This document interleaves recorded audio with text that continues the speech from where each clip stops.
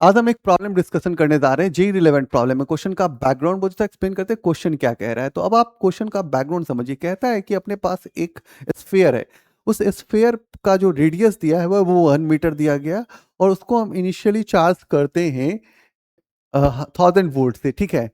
और जब हम इनिशियली इसको चार्ज करते हैं 1000 वोल्ट से, तो कहता है कि एक बहुत थिन का मेटल का डिस्क लीजिए, उस डिस्क को क्या कीजिए, उसके फ्लैट सरफेस एरिया से टच कराइए, वापस डिस्क को कहाँ लेके चले जाइए, ग्राउंड पे ले जाइए। जैसे ही आप ग्राउंड पे ले जाते हो, तो वापस डिस्क पे जो चार्ज आपने लाया वो गायब हो गया।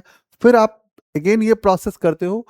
ये प्रोसेस तब तक कीजिए जब आपका वोल्टेज 99 वोल्ट सेटअप हो जाए। तो आप मुझे बताइए कि ये कितनी बार आपको ये प्रोसेस करना पड़ा, ये आपको कैलकुलेट करना है पूरे क्वेश्चन के अंदर।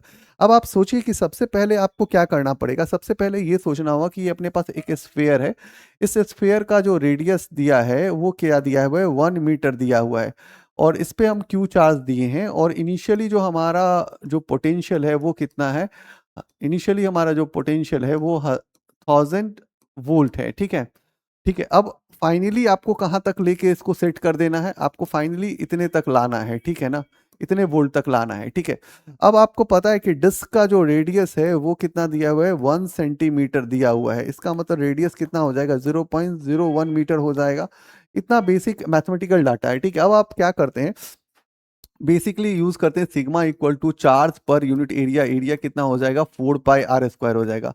तो Q इक्वल टू आप क्या लिख सकते हैं, सिग्मा इंटू 4 पाई r स्क्वायर, ठीक है। अब आप कहते हैं कि डेल Q, आपने जो चार्ज इसमें से निकाला और आपके डिस्क पे जो चार्ज आया वो कितना आया, ये सोचना होगा। तो डिस्क पे जो चार्ज आया, तो डिस्क का चार्ज के बारे में वो तो बेसिकली क्या होता है, यदि नॉर्मली चार्ज को सिग्मा, नॉर्मली आप कहते हैं sigma equal to charge per unit area यार, ठीक है ना। तो अभी यूज करेंगे सिग्मा इनटू एरिया, ठीक है। एरिया क्या है डिस्क का, तो पाई आर स्क्वायर है। तो del Q equal to sigma, sigma का रिलेशन यहाँ से ऑलरेडी हमको पता है, सिग्मा इक्वल टू क्या है, क्यू 4 पाई r स्क्वायर इंटू एरिया कितना हो जाएगा जी, तो पाई आर स्क्वायर हो जाएगा। यहाँ से पाई और पाई वाला टर्म्स मर जाएगा, तो डेल क्यू इक्वल टू क्या हो जाएगा, QR² डिवाइड बाई 4r², इतना तो हो गया। अब रिमेनिंग चार्ज कितना बच गया, इस स्फेयर पे रिमेनिंग चार्ज कितना बचा। तो मान लो कि Q डैश एक रिमेनिंग चार्ज पे बता, पहले चार्ज Q था, अब आपने इतना निकाल लिया है। तो अभी हम Q डैश इक्वल टू क्या लिख सकते हैं, Q minus QR² divide by 4r²। तो अभी आप Q डैश इक्वल टू क्या लिख सकते हैं, Q कॉमन कर लेंगे तो क्या हो जाएगा, 1 - r² डिवाइड में 4r², ठीक है। अब आपके पास रिमेनिंग चार्ज इतना बचा हुआ है, ठीक है। अब आप प्रोसेस को रिपीट करते चले जाएंगे। आप रिपीटेशन स्टार्ट करेंगे तो बहुत नंबर ऑफ रिपीटेशन स्टार्ट करेंगे, ठीक है ना। तो ये जो क्यू डैश है वो रिमेनिंग चार्ज है। तो अभी आपको पता है कि अब आपको फिर से एक बार चार्ज गायब कराना, फिर से एक बार चार्ज गायब कराना। तो हर बार आप जो चार्ज गायब कराएंगे तो आपको यूज करना होगा कि अभी हम लोगों ने सोचना होगा कि मेरे पास एन के टर्म्स में इसको लिखा जाए। तो Q1 - r² डिवाइड में 4r² बाई एन लिखेंगे।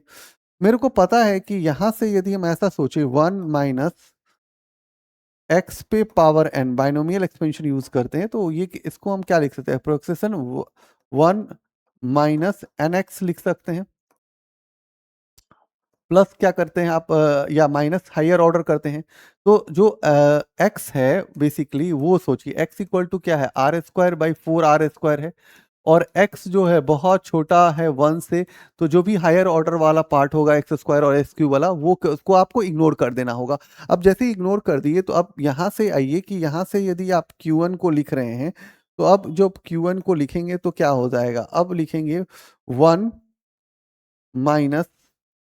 - n के जगह अब जो बात है तो n लिख दीजिए, और x के लिए जगह क्या लिखिएगा, तो r² divide by 4r² by क्या करना होगा, इतने तक आपको छोड़ देना होगा। बाई तो अब ऊपर पावर कोई n वाला टर्म्स नहीं होगा, ठीक है ना। तो आपने Q1 निकाला, आपने Q1 जो निकाला वो क्या निकाला भाई, तो आपने निकाला 1 - n r² डिवाइड में क्या निकाला आपने, 4r² निकाला, ठीक है। अब आपके पास है कि आपको पोटेंशियल्स के व्यू से देखना होगा, क्योंकि आप जानते हैं कि जो चार्ज होता है वो डायरेक्टली प्रोपोर्शनल टू v होता है। कई किताबों में v is directly proportional to q, दोनों एक ही चीज़ का लॉजिक है, इसमें कोई फर्क नहीं है। ठीक है, चलते हैं। अब यहाँ पे चार्ज जो है डायरेक्टली प्रोपोर्शनल टू पोटेंशियल्स है, तो अब आप यहाँ पे आते हैं। मेरे को ये सोचना होगा कि मेरे पास इनिशियली जो v इनिशियल जो था वो क्या था, तो हम बोल सकते थे 4 pi epsilon naught q by R. Finally हमारा पोटेंशियल जब हमने बहुत बार उसको निकाल दिया तो वो क्या हो जाएगा, 1/4 pi epsilon naught Q N by R हो जाएगा।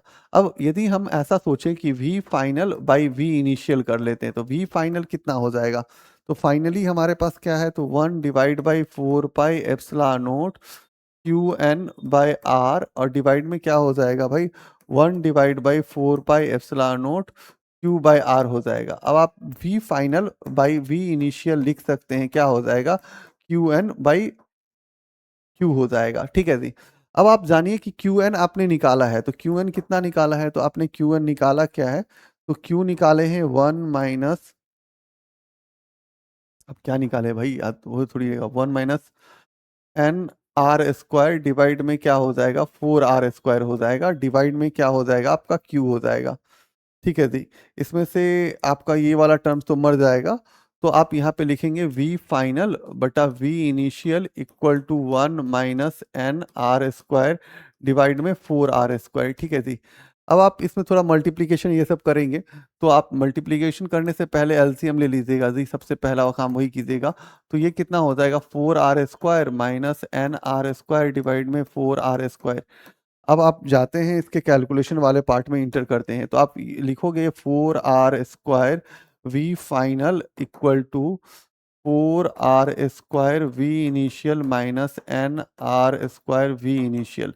अब आप किस टर्म को लेकर के आना चाहते हैं, n², आप ऐसा लिख ली n² v initial equal to 4r² v initial, और इसको लेके जाइए तो 4r² v फाइनल हो जाएगा। ठीक है जी। तो n r² v initial equal to यहाँ से कॉमन हो जाएगा, 4r² कॉमन हो जाएगा, तो v initial minus v final हो जाएगा। ठीक है। अब आप यहाँ से n लेके आते हैं, n बराबर क्या हो जाएगा, 4r² हो जाएगा, v initial minus v final हो जाएगा, डिवाइड में क्या हो जाएगा जी, डिवाइड में r² और v इनिशियल हो जाएगा। अब आप क्या कीजिए, n के जगह n लिखिए और उसके बाद कहानी शुरू कीजिए।